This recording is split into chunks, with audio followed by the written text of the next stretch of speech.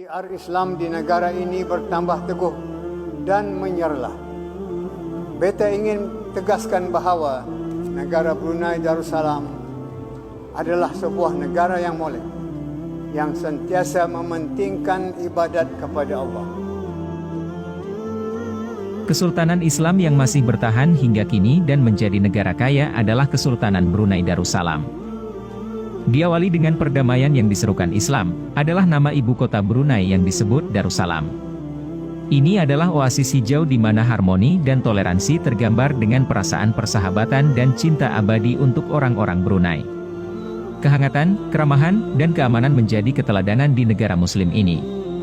Suara adzan saat waktu sholat tiba bak memenuhi langit Brunei dari berbagai penjuru. Ini adalah negara terkaya di dunia, dan itu adalah negara muslim kecil di Asia Tenggara.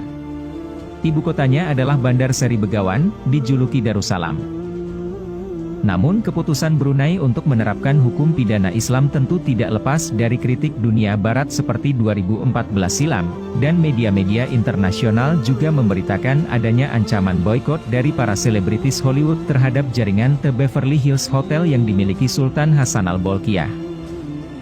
Beberapa waktu sebelumnya, PBB dan Amerika juga telah memberikan peringatan kepada Brunei agar meninjau ulang keputusan penerapan hukum pidana Islam ini.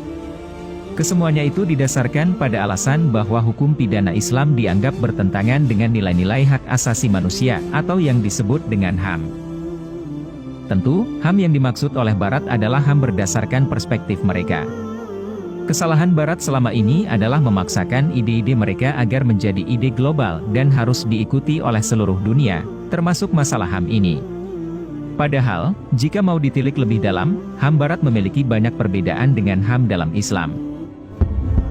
Wahai orang-orang yang beriman, jika sekiranya kamu menolong agama Allah, niscaya Allah akan menolong dan membela kamu untuk mencapai kemenangan, serta menetapkan pendirian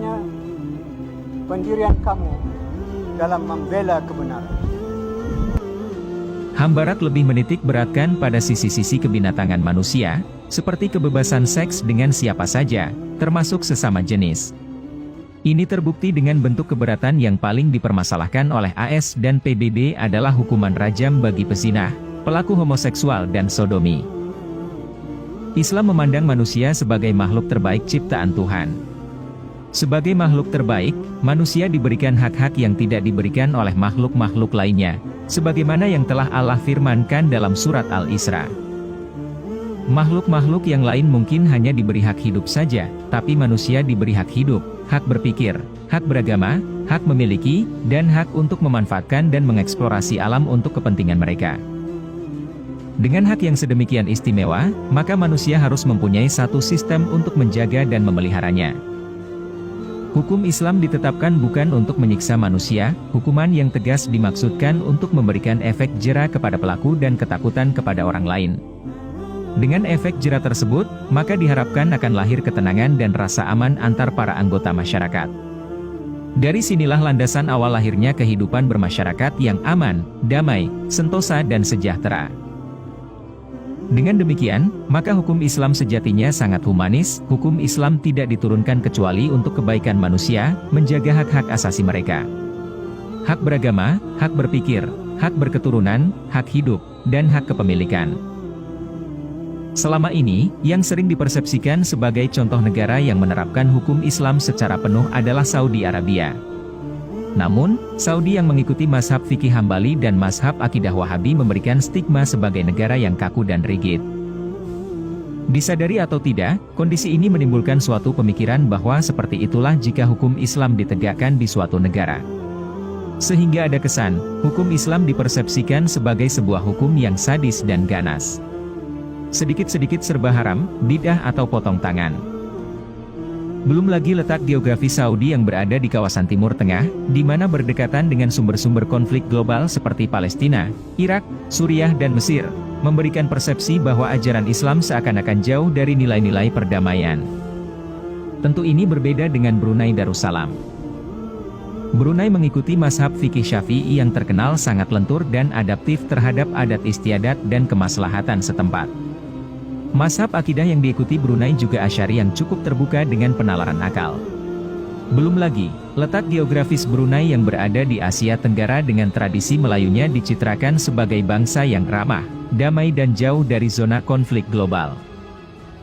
Dari sinilah penerapan hukum Islam di Brunei bisa menjadi pertaruhan bagi masa depan hukum Islam. Jika berhasil membawa kemajuan, keadilan, keamanan dan kesejahteraan, maka Brunei bisa menjadi alternatif baru bentuk negara Islam selain Saudi Arabia atau Pakistan yang sering bergejolak.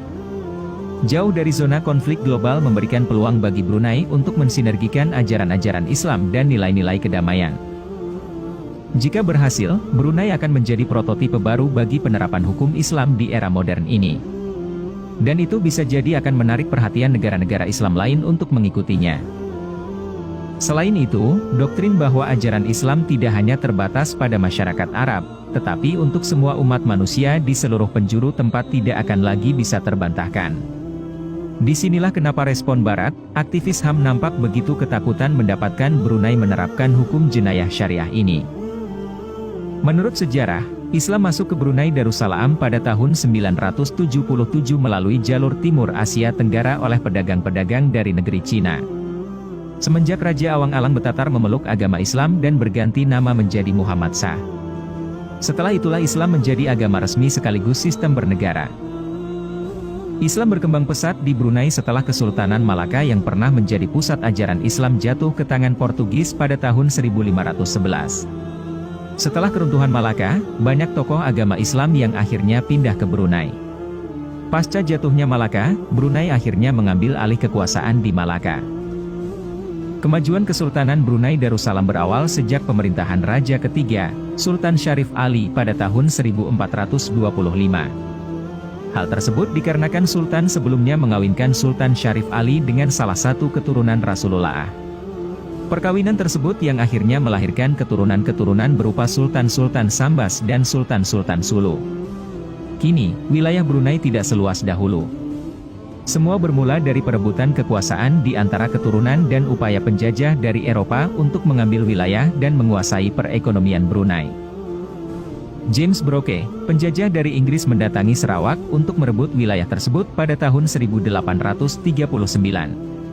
Penyerangan tersebut membuat Brunei kehilangan wilayah kekuasaannya. Kemudian pada tahun 1846 wilayah Labuan dan sekitarnya diserahkan kepada James Brooke. Perlahan-lahan wilayah Brunei pun berkurang karena penyerangan dari negara jajahan. Awal abad ke-19 wilayah kekuasaan Brunei mulai mengecil, disusul oleh perang saudara dan gangguan kekuatan kolonial Barat. Brunei baru merdeka dari Inggris pada 1 Januari 1984.